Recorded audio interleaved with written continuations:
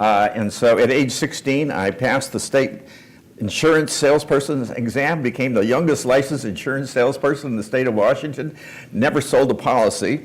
But my father, until I got tenure at Hope College, kept renewing that license to remind me that there was a place for me back in the family business. And I sometimes say to Carol, I mean, if I landed there, that would be a whole different life. I'd be a Republican. Everything would be different. But in fact, when I went off to college, I changed my mind. I decided I wanted to become a doctor. So I majored in chemistry, minored in biology. I worked 3 summers in Seattle's County Hospital.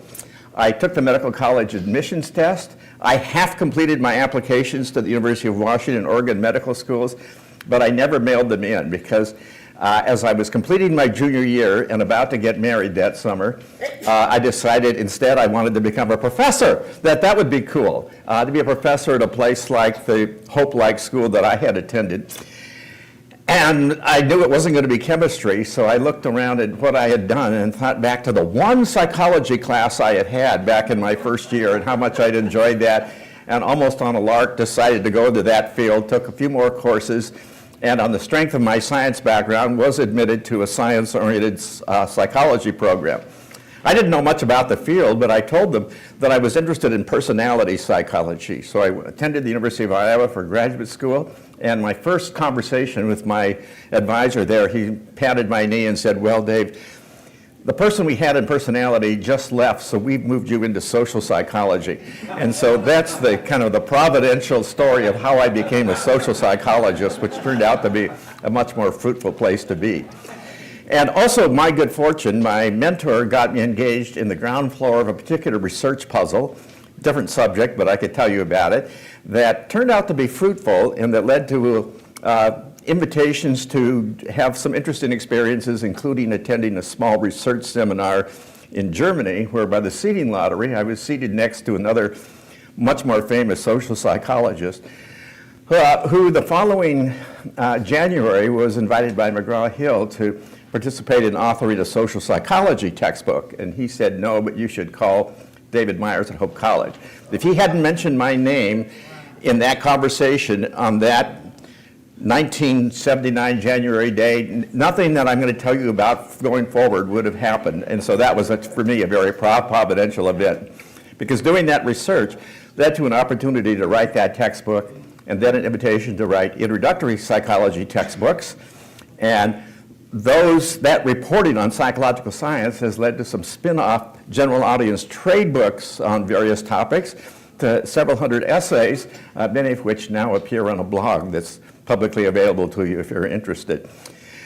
Along the way, kind of avocationally, my passions have been to be an advocate for a particular technology that serves people with hearing loss, and also I've spent a lot of time in foundation work, 18 years as a trustee for the Templeton Foundations, and also helping manage a family foundation that absorbs royalties that are very modest from the trade books and not so modest from the introductory psych books. But there's one other thing that, and I should tell you that work in the upper right is what still has me going to my Hope College office every day. People often think and announce me as Professor Emeritus. Actually, I'm not as old as I look. I'm only 82. I'm not yet retired, but I haven't taught any regular classes or drawn any salary from Hope College for the last 27 years or so. So I'm still teaching, but I'm teaching through writing. And so reading psychological science comprehensively, finding what's interesting, and reporting on it in various venues is what still has me excited and alive and purpose-filled. But there's one other aspect of this kind of career, and that is asking as a person of faith how my discipline intersects with my faith and my belief system. And that's what Adult Ed has invited me to share with you today. Now, there are a number of different ways we could do this that are not on today's menu, but they're possible topics for conversation, as is everything else I've just mentioned in case you're interested in any of the rest of this stuff. We could talk about how religious faith helps guide the research and the practice of people by the topics they're interested in, by how they relate to their clients if they're clinicians. We could talk about how one could apply practically psychological science in the life of faith communities. For my own field of social psychology, we might ask, for example, how pastors can create memorable, persuasive messages that will stick in people's minds. We could look at particular topics. Each of these happens to be ones I've written about in the past, having to do with religion and prejudice, and its the associations or non-associations between them, or prayer, or sexual orientation, which has been a fairly significant interest of mine. It turns out, as I think most of you are probably aware by now, that a lifelong enduring sexual orientation is not a moral choice, it's a natural disposition. There are certain ways of thinking, therefore, that come along with that. We could talk about how faith empowers science. That doesn't just tolerate it, it doesn't just allow it, but it motivates science at its best. And an attitude of skepticism about all sorts of things. Tell me what you mean. How do you know? Those are the questions that we ask. We could talk about the associations between psychological understandings of human nature and biblical and theological understandings of human nature. And this has been a fascination for me too. For example, how does social psychology's understanding of a deep self-serving bias and how we explain information and view ourselves correlate with the theological understanding of pride as the most fundamental of the 7 deadly sins? Or how does our understanding of the interplay between attitudes and behaviors illuminate and connect with the theological understanding of the interplay between faith and action? And there's other ways in which we could explore those topics, but that's not on our menu today either. We could look at the psychology of religion. We have a psychology of hunger, of sex, of sleep. Religion is an important part of human life too. And we have whole courses and books written on the psychology of religion. But that too is not on our agenda this morning, because what I want to do is focus on a really interesting and I think timely question in our culture, studying the outcomes or the consequences of religious engagement. And the question of the morning is religious engagement, on balance, associated more with good or with harm? And we have contrasting views of this that have been in the public sphere. The Economist, by the way, proposed a debate not long back. This House believes that religion is a force for good. Oxford Debating Society 3 years ago invited me to participate in an Oxford debate on the opposite thesis, that religion is a force for not good. And that debate never happened, but I had prepared my 10 minutes that I was going to be allowed, plus what my rebuttal to what I anticipated would be some of the contrary remarks in the little handout that some of you have picked up. That's sort of a synopsis of where we're going today. The argument for harm, the new atheist argument, is expressed by Richard Dawkins. Faith is one of the world's great evils. Sam Harris, religion is both false and dangerous. There was a dozen years ago, a review of the literature on religious engagement and anti-social versus pro-social, that is helpful behavior, in the major review journal of our discipline. And it was a very interesting review. It argued really that religion is kind of hostile to human flourishing. And I recommended the article be accepted, but I said there's another perspective and another set of data that this article doesn't account for. And so I was invited to write a response to this, and some of what you're going to hear today was expressed back then. So what about it? Is religion toxic, or does it enhance human flourishing? We've got historical anecdotes on both sides. If you're an opponent of religion, you might call to attention the Crusades, the Inquisitions, the KKK, the gay bash and religious right, certainly today's Christian nationalists. I had a colleague in my office on Friday afternoon from the south side of Chicago who's a campus guest, somebody who's historically Lutheran but explained that recently He and his wife have stopped attending church, partly because their Down syndrome child can't be accommodated easily by the church, but also because they're just so turned off on Christianity by evangelicalism's association with what they see as evil, ignorant, and cruel in today's world. But religious defenders note, hey, if you're going to do that, then score some points for the faith-based roots of the anti-slavery and anti-apartheid movements, for the faith founding of hospitals, orphanages, hospices, universities. All that grew out of devout religion, if you will. The antagonists of religion will say, but religion has been associated with terrible things, beheading. Well, yeah, but atheism has been associated with genocides. If you don't see all humans as in the image of God, as children of God, then you don't value life in the way that you do if you're a person of faith. So we have powerful and real, not trivial, historical anecdotes on both sides, to which I say, well, these extremes remind us that religion and its opposite come in varied forms with varied effects historically. Religion can be toxic, and as I think I can make the case, it can be productive as well. So I'm going to share with you two, to me, just absolutely fascinating lines of research. The first is pretty simple, and it shows that there's an association between religious engagement and human happiness, health, and helping.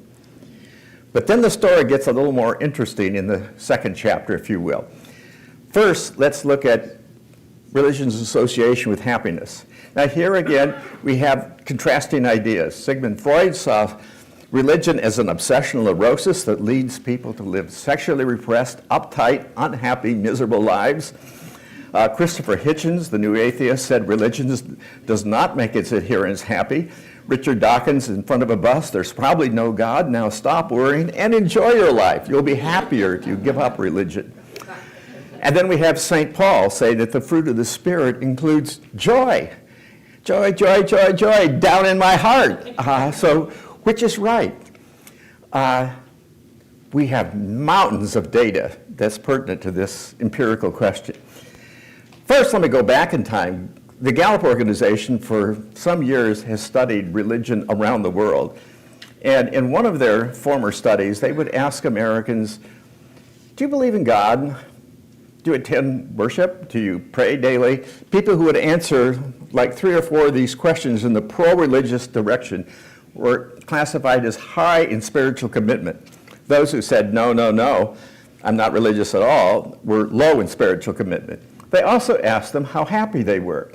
And this is the percent very happy among those low and high in spiritual commitment. Not a trivial difference here.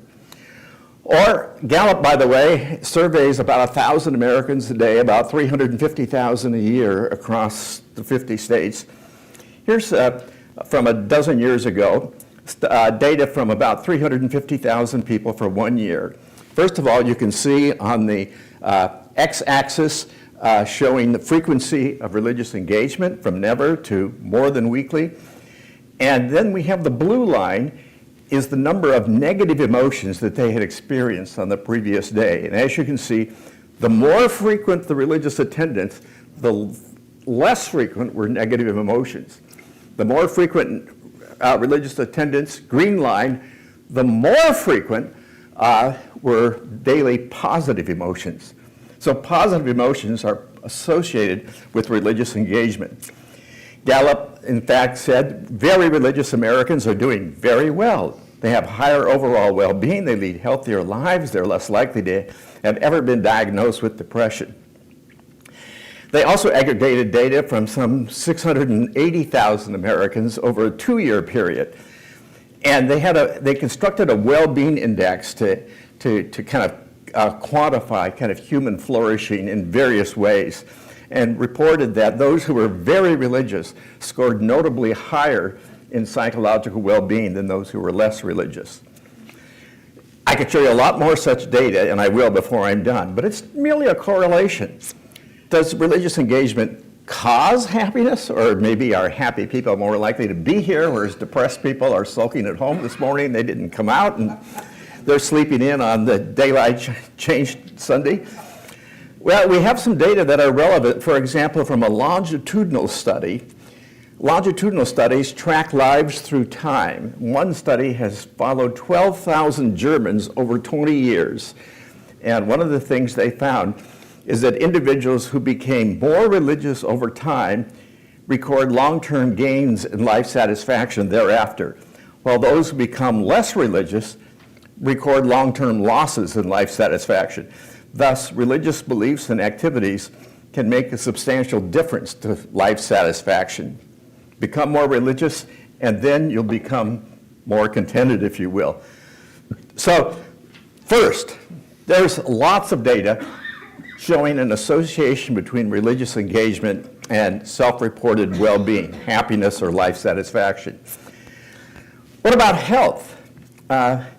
We know, quite apart from the religious context, that psychological well-being does have implications for human health. If you don't smoke or drink extensively, as commended by many people's faith, you're likely to be healthier. We know that social support, which we experience here in community, as a community of faith, predicts decreased risk of ill health and premature death. And we know that positive emotions, like happiness and a low-stress life, as opposed to an angry or depressed personality, are predictive of less risk of cardiovascular disease, better immune functioning, and ultimately less premature death. So, if religious engagement is conducive to healthy behaviors, if it is a vehicle for social support, and if it supports positive emotions, then might we expect that it would be associated with health and longevity. And again, lots of data. This slide is a little more complicated than some of the others, but it's from data from one of these epidemiological studies tracking more than 5,000 Californians over nearly 30 years, showing the relative risk of dying relative to the norm for those who are not smoking, who exercise regularly and attend religious services regularly. And as you can see, if you don't smoke, by the way, you can ignore the blue-orange differences. Those aren't Dutch colors, those are men, women. But you could see, no surprise, that if you don't smoke, you have about a 40% less chance of dying during that 28-year period. And about the same effect if you attend services, religious services weekly. Or look at suicide rate as a cause of death among the 90,000 women in the famed Nurses' Health Study that has tracked nurses over decades of time. Those who are regularly religiously engaged are much less vulnerable to committing suicide than those who are not religiously engaged. Anyway, got more such data, but moving quickly. What about altruism, helpfulness? Christopher Hitchens says, I got a hypothesis. It's bad. Religion is violent, irrational, intolerant, allied to racism, tribalism, and bigotry, invested in ignorance, and hostile to free inquiry, contemptuous of women, and coercive toward children. Hey, the thing did pretty well keeping up with me there. Religion fosters antisocial conduct, if you will, and behaviors. Evolutionary psychologists, most of them atheists, say, actually it's the opposite. Religion fosters morality, social cohesion, group survival. I may not believe, but it's functional. I mean, it's healthy for people to believe. Well, again, some data. We do know that actively religious people are much less often juvenile delinquents, much less likely to abuse drugs and alcohol, and in European surveys, they're much less hedonistic and self-oriented in their expressed values. But that's just what they're saying. What about walking the talk? We can look at what people do with their money and what people do with their time. And here, again, we got some really interesting data. Going back to Gallup's Spiritual Commitment Index, we see that the percent working among the poor, the infirm, or the elderly is strikingly higher among those highly committed than highly uncommitted. Who's volunteering at the Community Action House Food Club here in Holland? Just to give you one example. I mean, I don't have the data, but I saw, There you go. Anyway, I'm guessing you've got a lot of church people out there among your volunteers. It skews heavily church. Yeah. Absolutely. Right. It skews a bit older and heavily church. Right. Yes. And so, and I mean, it has to do with time availability too, I'm sure. So that would just be a local example of what's a national phenomenon. Robert Putnam, a great Harvard public policy researcher whose name you may recognize from Bowling Alone, and the Notre Dame sociologist David Campbell, report from their national database that actively religious Americans are 3 times more likely to be involved in their community in various ways, like what we've just discussed, or donating money, or attending public meetings. And they say the link appears to be causal, because non-attenders become more engaged in their community after becoming religiously engaged. European Values Survey and the World Values Surveys combined to give us a data archive of more than 100,000 people, and they reported that people who attend church twice a week are more than 5 times more likely to volunteer than people who never visit a church. Here are data that are really my favorite data on this score. They come from nearly 300,000, some 300,000 people across 140 countries. Gallup asked a simple question. This is like all humanity, if you will. Have you done any of the following in the last month? Have you donated to a charity? This is the percent who answered yes among those who were less religious in the 4 continental areas of the world. And this is the percent who answered yes among those who are highly religious. How did they define these terms? Highly religious were people who said yes when asked, is religion important in your daily life, and who attended a religious service in the last week. If you answer yes to both those questions, then you're highly religious by Gallup's definition. If you wouldn't answer both those questions yes, then you're less religious. So that's how they defined that. They also, by the way, you want to go back here. This is donating money, and people may wonder, well, maybe religious people have more money to donate. And Gallup said what's extraordinary is that it's the opposite. Low-income people tend to be more highly religious than higher income and more self-sufficient people. And yet, despite that fact, these lower income people are more likely to donate than our higher income, less religious people. Thus, the data presented here offers compelling evidence of the role of religious dedication in helping to encourage supportive, community-oriented behaviors. They also asked, are you volunteering time in an organization? Well, about 18%, no matter where in the world you live, of people said yes, they were volunteering time out at Action House Food Club or whatever. And that's the percent among those who are highly religious. Again, we see not small differences, but striking, consistent differences, and not just in local places, but on a large scale. By the way, people have asked, well, maybe you're just giving more, but you're giving more to your own in-group, to your own church, which is paying for the pizza or whatever. By the way, this is total annual charitable giving by those who attend church at least twice a month or more versus those who never attend religious services. And as you can see in the United States, just a huge difference. By the way, when we did some estate planning and formed our family foundation with a Grand Rapids attorney, she anecdotally noticed that people in West Michigan are more religious and much more likely to have a charitable component to their estate planning than are people on the eastern side served by many of her former law school classmates. But it's not just giving to one's own faith community. Giving to secular, non-religious causes is also at least somewhat greater among highly religious people. Totally unrelated to this survey, there's another set of experiments, and these are actual experiments, that activate religious cognition. They do what's called prime people's minds with certain ideas. In one initial experiment that's now been replicated several times, University of British Columbia researchers gave participants a number of unscrambled words with sentences with scrambled words and asked them to unscramble them. And for some of them, they saw words like spirit, divine, God, sacred, and prophet, as they were going. And then later, they were given a choice at the end of the experiment how many of their dollar coins to keep versus to give away to a charity that was an option. And what they found is that priming people with the religious concept made them more than doubly generous in what they were willing to give away later. So the bottom line, is religion toxic? Is it dangerous? Is it one of the world's great evils? Actually, religious engagement rather consistently and substantially predicts human happiness, health, and helping.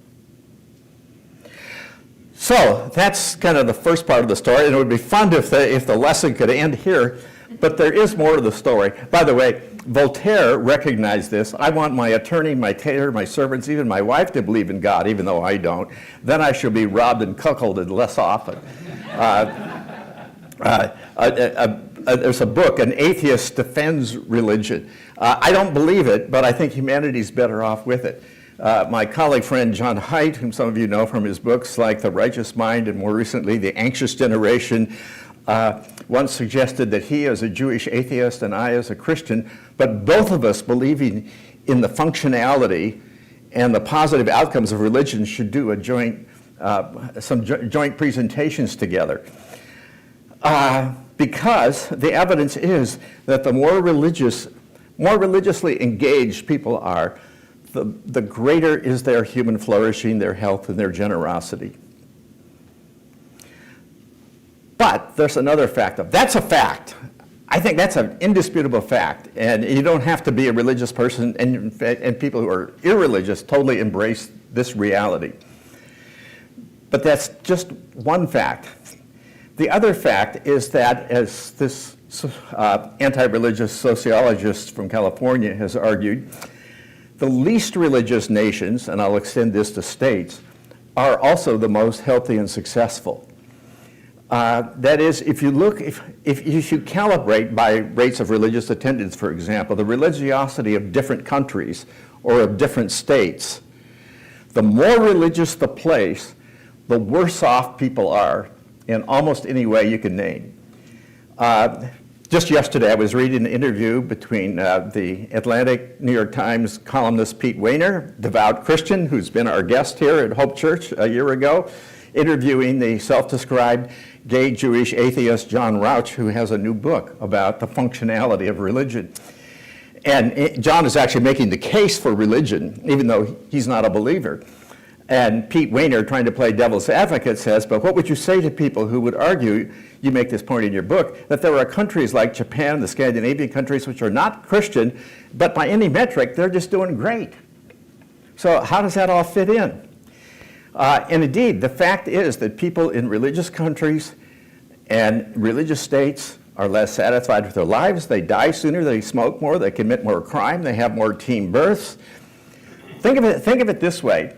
If this afternoon God were to take you from this place, what Nicole Kidman calls in the trailer for her new movie, the most wonderful place on earth, Holland, Michigan, and drop you in some other country or state, pray to God that it will be a secular, irreligious nation such as Sweden rather than Pakistan, or Vermont rather than Mississippi. A place where you'll be safe and live long and people are happy and the economy is thriving.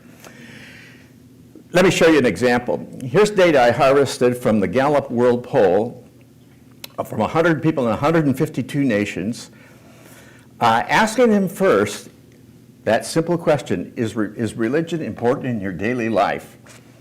Yes or no? Okay? For an article, we had some University of Illinois colleagues and I aggregated these data, they did the statistics, to give what I think is the first ever answer to this question globally. You might want to ask yourself, what % of human beings do you think would answer this question yes? Is religion important in your daily life? Here's the answer, 68%. Gallup also has what it calls is a ladder of life satisfaction scale, and it goes like this. Imagine, if you will, a 10-rung ladder that runs from the worst life you can imagine to the best life you can imagine. That would be rung 10. On that 10-rung ladder, where do you see your own life? Okay, they asked that question of large sample of people in 152 countries, and here's what they found. Each of those blue dots is a country, and we see data ranging from Denmark, the happiest place on earth, where if you drop down, 20% of people say religion is important in their daily life, to Togo in West Africa, the most miserable place on earth, where 80% of people say religion is important in their daily life. If you're curious, the United States is right at the world average in religiosity, but distinctly above average in life quality. And if you're a statistical geek, you're looking at a minus 0.52 correlation across 152 countries. This is just what Phil Zuckerman told us to expect, isn't it? And in fact, but we've already seen that across individuals, religious engagement is associated with positive things.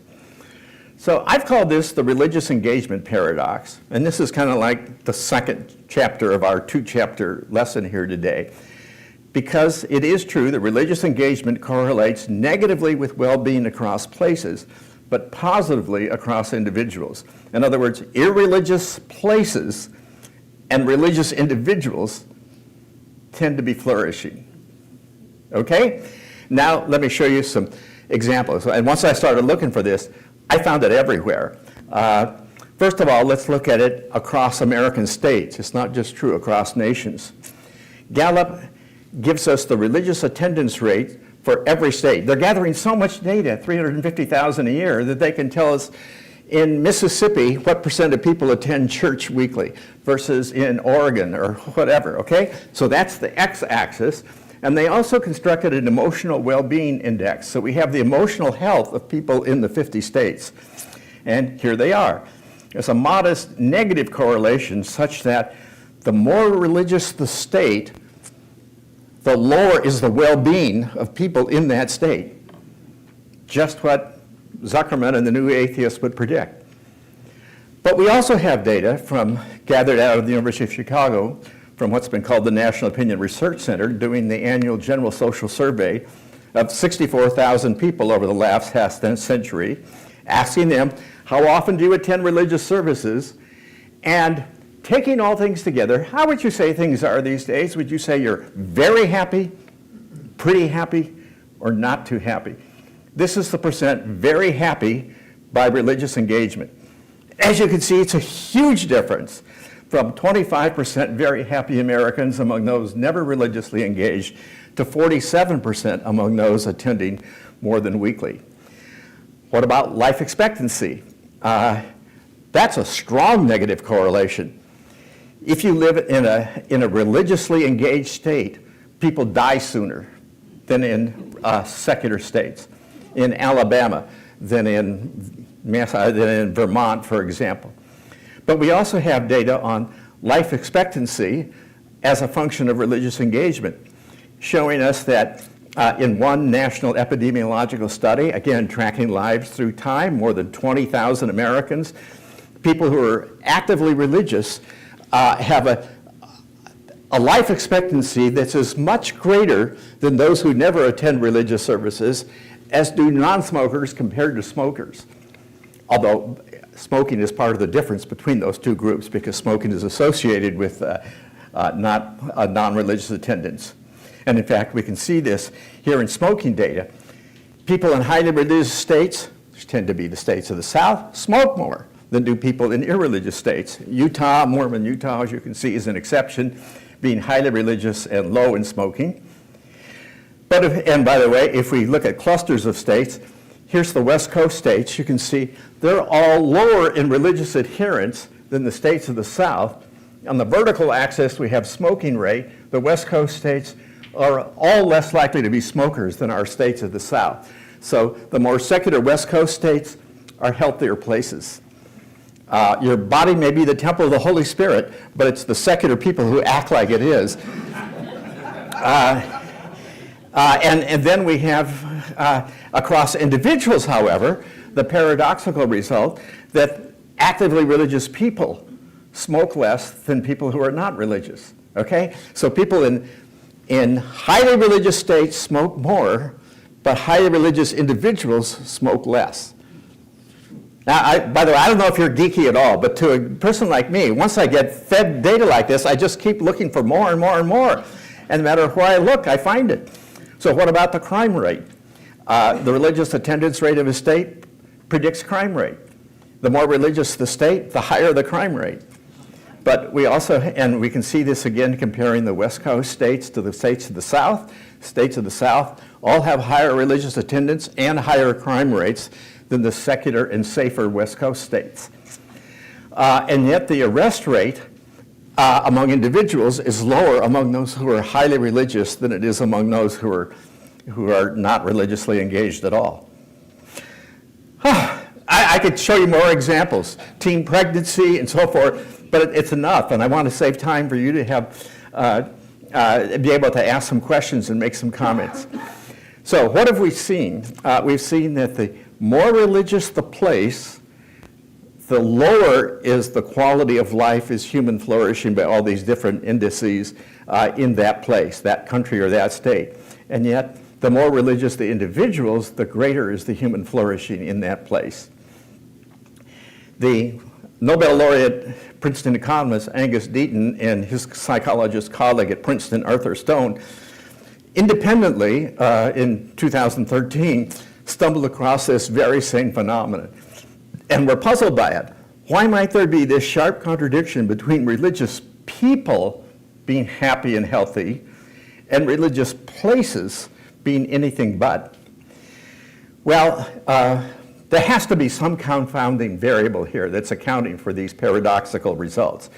And my Illinois colleagues and I think we found one, and that has to do with income and kind of objective quality of life in these different places. Because as I mentioned, poor people in poor places tend to be more religious, and poverty is associated not with human flourishing, as you well know, but it's opposite.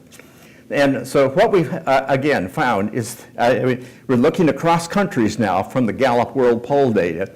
The more religious the country, the less as well its people are doing.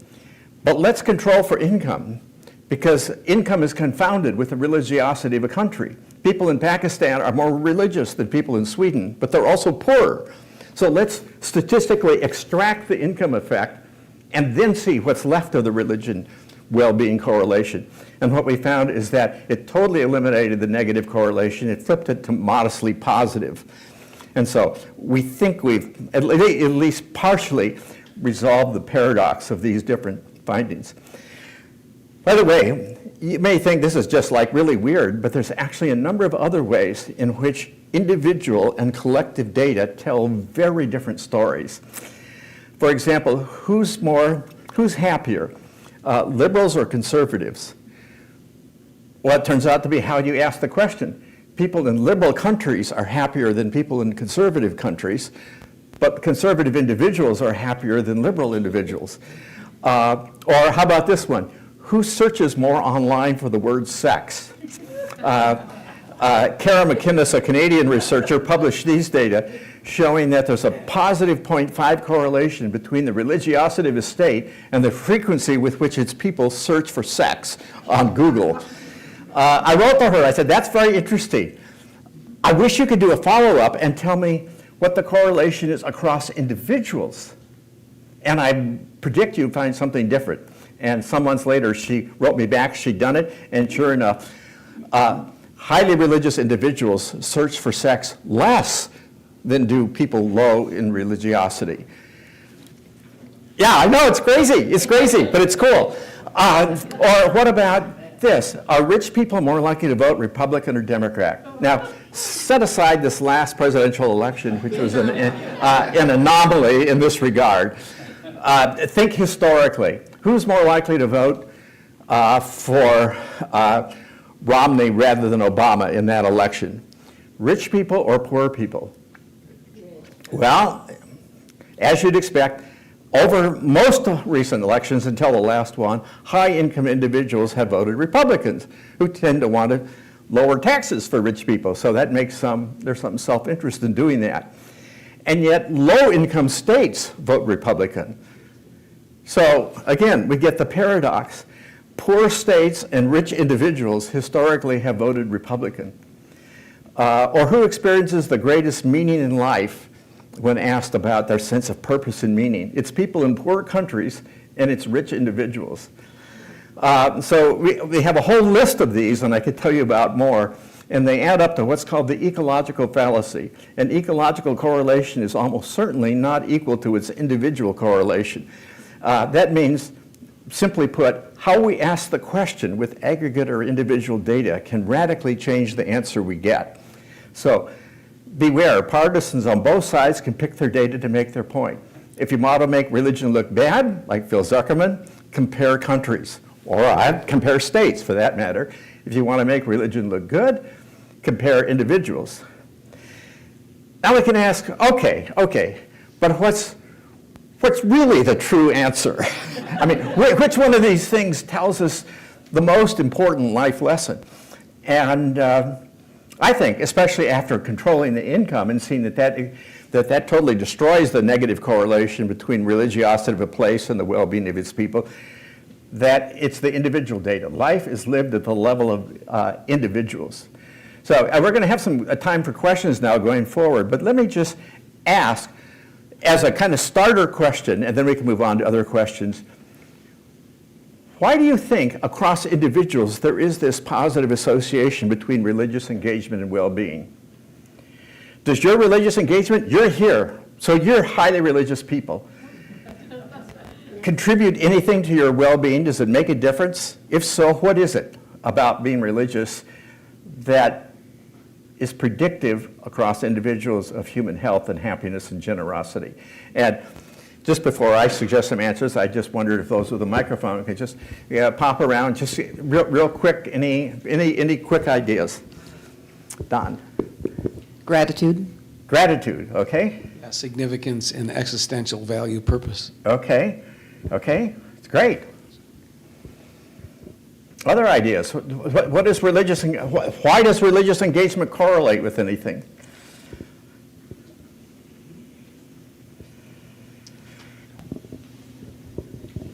I think it correlates to choice. You're choosing to be religious, and you have that choice. And I think you're less healthy when you have less choice. Okay, thank you. Choice. And are people in dire circumstances more drawn to religion? Okay. And that's And that's what part of it? and we've seen that with the low-income people often find hope in the context of religion. Tim Pennings. Community might be a big one. Okay, community. These are great, and in fact, they anticipate, just getting my microphones back on my own voice, some of the things that social scientists have found. So what Tim just mentioned, we call social support, which is an important variable. There are 300,000+ local faith communities in the United States and Canada, each of which are a social support network for their active participants.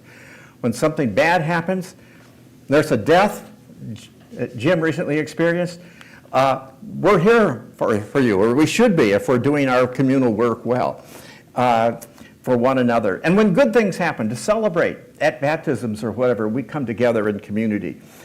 So that's a big factor, certainly. Another thing is what's called impulse control, or self-control and self-regulation. We know that religious engagement is associated with these positive variables. We also know that the ability to control one's own impulses is similarly associated with those variables. And we know that religious engagement is associated with self-control, with impulse control.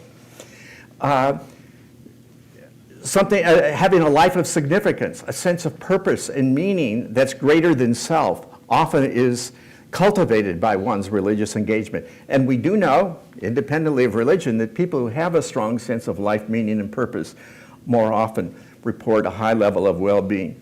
We know that people who value themselves and accept themselves live with a greater sense of well-being than people who are depressed, who, as any clinician could probably tell us, often have a low level of self-regard.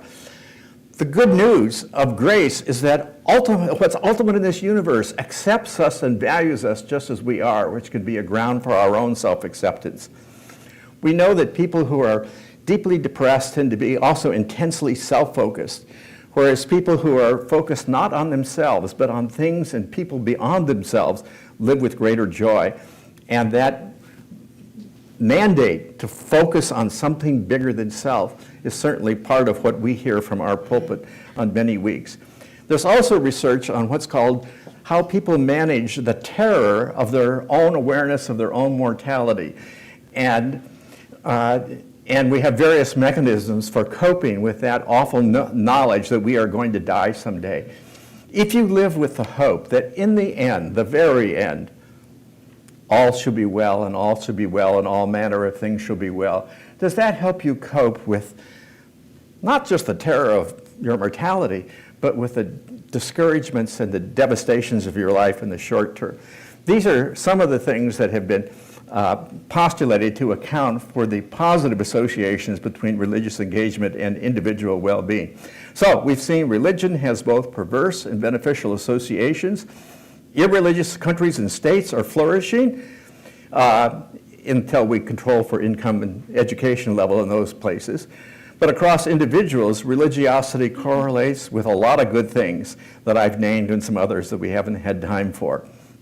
Thus, says the evolutionary biologist and fellow atheist David Sloan Wilson, Dawkins' diatribe against religion, however well-intentioned, is deeply misinformed. So there you have it, and that leaves us 13 minutes or so for some comments and questions from your end. And as I said at the beginning, you're welcome to ask not just about what I've been talking about, but any of the other things that are of interest. My first observation, and I wonder if this has been looked at, you kind of touched on it, for the more religious states, the way I look at it, they tend to have less socioeconomic support for the population.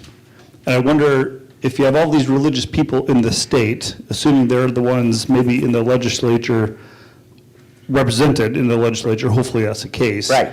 Think Alabama or Mississippi. Correct. They're crafting laws, though, that support the population less. I don't know if that's greed, they want to keep all of it to themselves, but they're not willing to share the state's resources with all the people in the state, is kind of how I look at it, which is obviously not living out your faith very well. And that's what, I mean, I talk about this person who was in my office on Friday, that's what's driving them away from the faith, is people not living the Beatitudes, not caring for the least of these, not asking, anyway, so absolutely yes.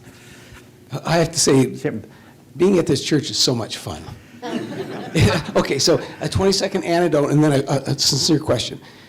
So my wife Lynn and I, we were in Spain just this last month. We were sleeping in this amazing place I found on Airbnb. There was a whole area in this massive mansion, and there was a painting of a cardinal. I Googled the family that owned this house that we were living in. It turned out that their ancestor was the Grand Inquisitor. Ooh. In 1538 to the Crusades. 1555 in the Crusades. He was responsible for 2,500 executions. Oh, wow. Personally, and another 100,000 tortures. So anyhow, the question is this, for you, are we conflating whether religion is good or bad with whether humans are good or bad? Oh, yeah, okay. And by the way, this is a nice setup. I'm already thinking about Steve Hogerwerf. If I could give a little plug, for the next 2 weeks, we're going to be looking at the problem of evil and the fact that evil is real in the world. I mean, human beings have an evil component. I mean, I referred to self-serving bias earlier that kind of dominates human life. And Steve's going to help. You're going to help walk us through the problem of evil, and I may be showing you that there's no easy way to solve that. But the whole question of are human beings basically in their core nature good or evil, and the answer is yes, they're both, and absolutely, we have dramatic evidence of incredible goodness and incredible evil coming out of the human heart, and often the same human heart at different times. And again, we see this, I think, being acted out in our national life right now. The cruelty, the levels of cruelty and the levels of kindness and compassion and care all simultaneously being expressed. We have huge potential for both. Yeah. Dave, in your graphs, you had religion along the x-axis and thought of that as being the thing that influenced quality of life. But is it possible that it's reversed? That if you have low quality of life, people are going to be more inclined to be religious? There's no atheists in foxholes and Yeah. such. Yeah, so I kind of alluded to that earlier when I referred to the negative correlation between income and religiosity.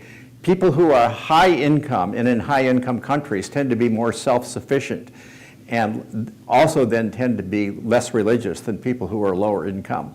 Now, obviously, it's just a modest correlation, but because there are a lot of poor people who are atheists, but they're much more likely to be agnostic or just irreligious than actively atheist. At the same time, there are many people of great wealth who are people of great faith as well. But yes, there you go. So I feel the need for us to define a term that we've been using, and it's at the foundation of what you've been talking about, and that word is happiness. How do you define happiness? And I want to go to the studies of the happiest nations on the planet, Right. In the Scandinavian countries. And how do you define happiness? It would seem to me that the data in those studies suggests that happiness isn't, oh, I won the lottery excitement, but rather a life with a lack of stress and worry. And so, to be simple about it, if in this country we were to follow their example and offer education, higher education for service to your community, and medical care for service to your community, you would eliminate two of the largest factors that produce poverty and worry and all of that, and we would be a happier nation, and all of your data would all of a sudden flip. Correct. And actually, another predictor of, this fits what you're saying, another predictor of psychological well-being in different countries is low rather than high inequality. That is, places where there's extreme inequality tend to be more miserable places than places with low inequality. As to definitions, we can ask that question in two ways. First, what's the definition of religion? I've done a lot of interviews in which somebody on a radio talk drive in Fargo, North Dakota says, well, you're talking about religion, Dr. Myers, but of course what you really mean is spirituality. And I said, no, I really mean religion, not spirituality. Religio, the word root, means to bind together. Religion is spirituality with a belief tradition practiced in community. And as Tim was saying, the community part, the social support part, is part of the package. Now, by the way, some people have said, okay, so you control for income and things go away. Let's control for social support, meaning, significance, eternal hope, and so forth. Let's control for these psychological variables. Then what's left of the religion-happiness correlation? Well, I say probably nothing. You've squeezed the juice out of it. Because to a social scientist, religion is a package variable that entails these things. It's spirituality plus, if you will, plus belief, tradition, and community. As to happiness and well-being, first of all, conceptually, happiness is a preponderance of positive over negative emotions, and enduringly so. It's not just a temporary mood, it's something that's a more enduring preponderance of positive over negative emotions. Empirically, people have accessed that by just asking them straight out, how happy are you, or how satisfied are you with your life? And it turns out the people who say they're very happy smile more, their friends think they're happier. We have a lot of convergent validation that those self-reports mean something. Great question. And then Kathy up here. Okay? In the back? Okay, so you said the data flips when you account for income. So are you saying that money does buy happiness? Yeah, that's a different subject, actually. So here's what the data look like. That's a subject of great interest to me. If you look across countries, income versus happiness, you get a curvilinear relationship. So when you go from very poor to middle income, there's definitely an increase in human happiness and flourishing. Once you reach that middle income level and you go above that, you reach what what's been called a satiation point, where more and more money means less and less. If you do that across individuals, you see the same curvilinear relationship, the same satiation point. And in today's dollars, it happens in the United States at about $100,000, such that if you go with incomes above that, then whether you make 200 or 300 doesn't make much difference. But whether you make 40 or 80,000 does make a difference. So income does matter up to a point. We got Kathy. And we got Steve. So this is, again, we're so excited to have Steve speaking the next 2 weeks, so we're all going to be back. Steve's going to solve the problem of evil that is. So my question is about what we mean by religious. So you said, I saw that look, Kathy. If religiousness is measured by church attendance and self-reporting about how important it is, it seems to me that that describes a very wide range of Christians. So some of those people, for example, who answer yes to those questions might be people that would get classified as white Christian nationalists. And some of those people would be people at Hope Church. But what Christianity means to them is very different. What Hope Church people donate their money to, donate their time to, might almost be the opposite of what another group of Christians do. So Is the opposite. Yeah. So it seems to me that it makes some sense that individuals may be happier and flourish more. And this gets, I think, to what Peter was saying earlier. The impact of their Christianity on culture, on collective well-being, might be worse. Right.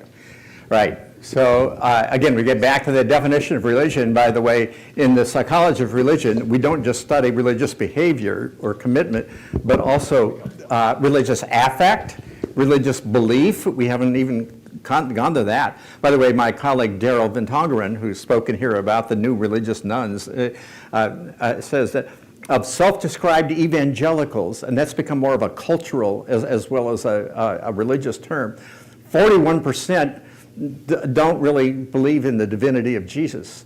You know, evangelicals who don't believe in Jesus, well, it's a kind of a secularized evangelicalism. And so, what the word religion covers an incredible amount of diversity. Okay, Kathy's had her hand up for a while, but we got, okay, Peter. Hey. Second to last, because it's not yet 22. Great I'm gonna claim all presentation, my Dave. minutes. Thanks for that. So you described the relationship between, or the correlation with income as modest, but it seems like it's what explains the change between individual and communal relationship. Right. It strikes me that a lot of what you had on that slide of what religion can offer to an individual that may explain the happiness might be what a cynic would use to describe what seems like a correlation between poverty and religiosity. Right. Do we know if that is a causal relationship? Does poverty cause religiosity, or do we seek comfort with those things that religion can offer if there's more I wish Don poverty? Leidens, who's here every other Sunday when he's not visiting his grandkids, who's a sociologist interested in that question. Give it to Kathy.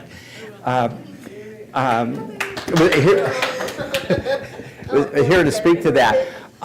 By the way, income doesn't just buy stuff. It buys control over your life.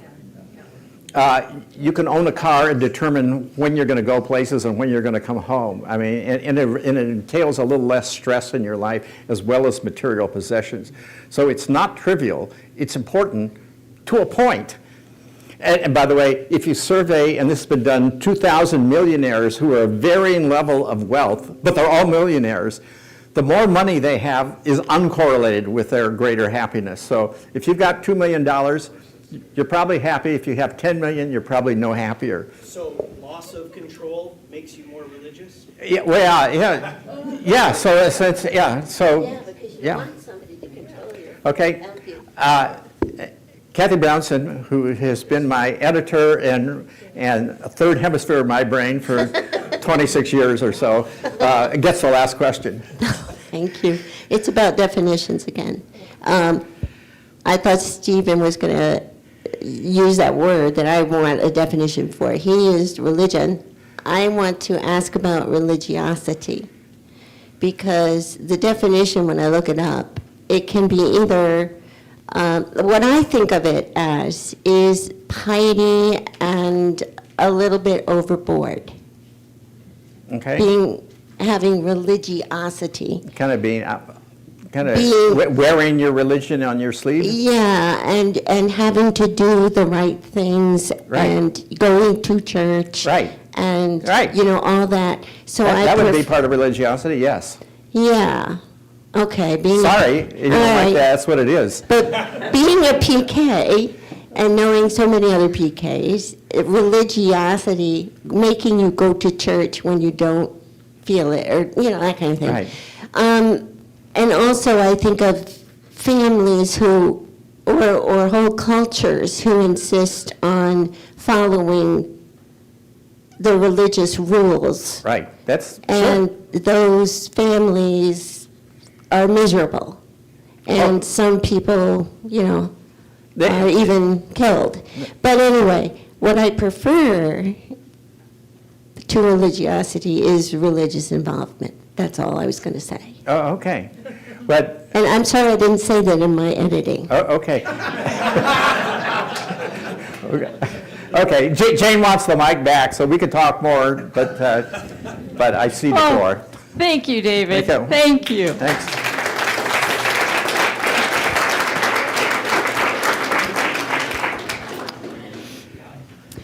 No pressure, Steve. No pressure.